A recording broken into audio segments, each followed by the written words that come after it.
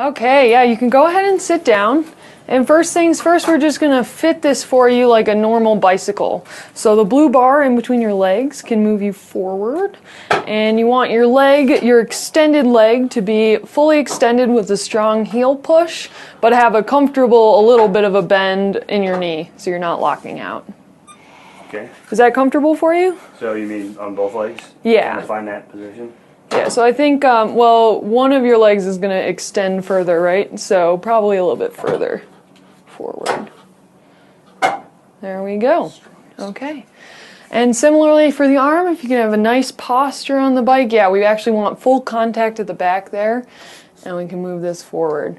We also can tilt the arm to 45 degrees or anywhere in between. Okay. Obviously, up and down tends to be more bicep, tricep, while tilted in engages more of your rotator cuff. Do you have a preference? We can leave it like this. Great. Yeah. Do you want to give a couple test cycles to make sure this is a good fit? So yeah, you are going to feel a strong stop point there. That's the rubber end of it. You're welcome to go to full stop, but it is one chain. Mm-hmm. So if you like to do a smoother exercise, you can just pull, you switch feet a little bit. Okay. I think it seems good. I think that going farther on the upper body, it'll pull me off. Yeah. Do you want a little bit more? Is it a little bit of an uncomfortable reach? We can give you just a little extra. That seems good. Great. Similarly, we have these straps for your feet. You're welcome to leave them loose, or if you do want them tight, we recommend you clear your little toe above the strap, and we can strap your foot down. All right, let's strap it down. All right. Like I said, it's one chain, so you can use the pullback mechanism, and how these work is the red, just like a snowboarding boot, the red releases, oops, and then the black tightens down. Is that comfortable? One more. Yeah, go for it. Okay. Now we're going to get your cuffs on. Oh, thank you. Okay. So the cuffs are handed, meaning you do have a right and a left. Okay. We're going to slip these on. Our goal is to capture the most muscle possible, but we do not want to involve your lymphatics in your upper armpit. So in between there on the arm, and for positioning, you want the tubes over the delt. Okay. And that bar you obviously don't want like in your armpit. Okay. So hopefully on the outside. You want the cuffs snug when you put them on, but obviously they get actually tight when the fluid pressure comes in, so they don't have to be extremely tight. You don't have to yank down. These are our non-slip pads, so this is something that just helps the cuffs stay up.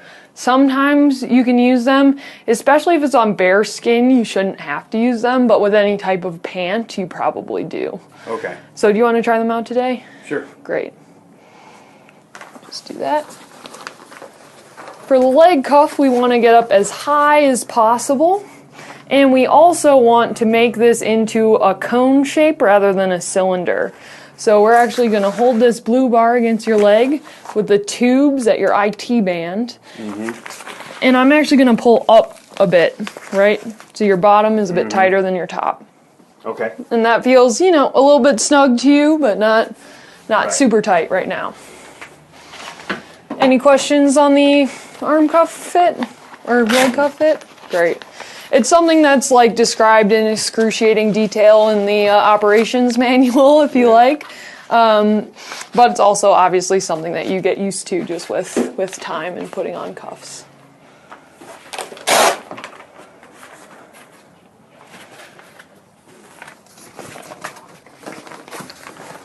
These cuffs are designed so that you can do them yourself if you want.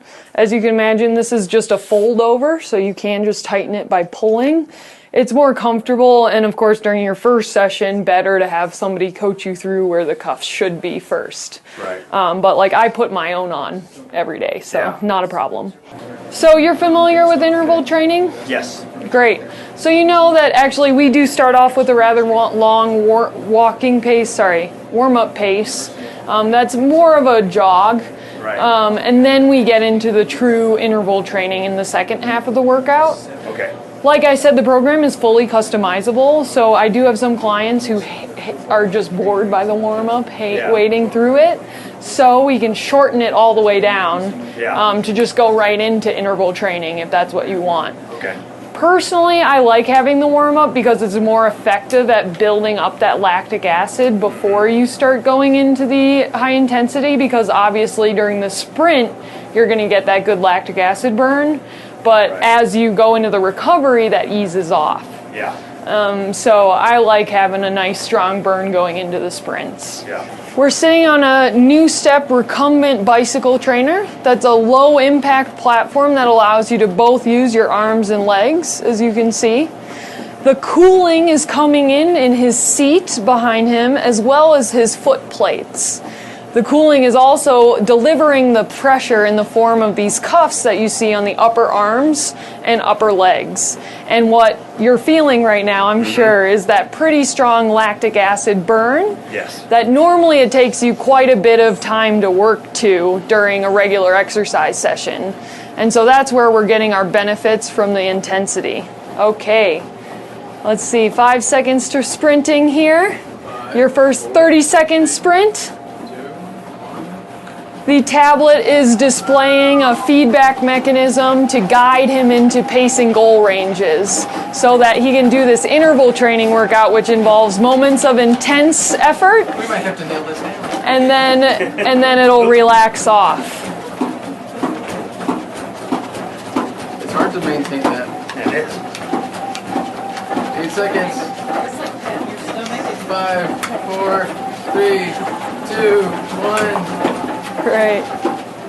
I'm going to pause you for just a minute here. That's a sign that your arms are a bit too much of a reach. Front up there.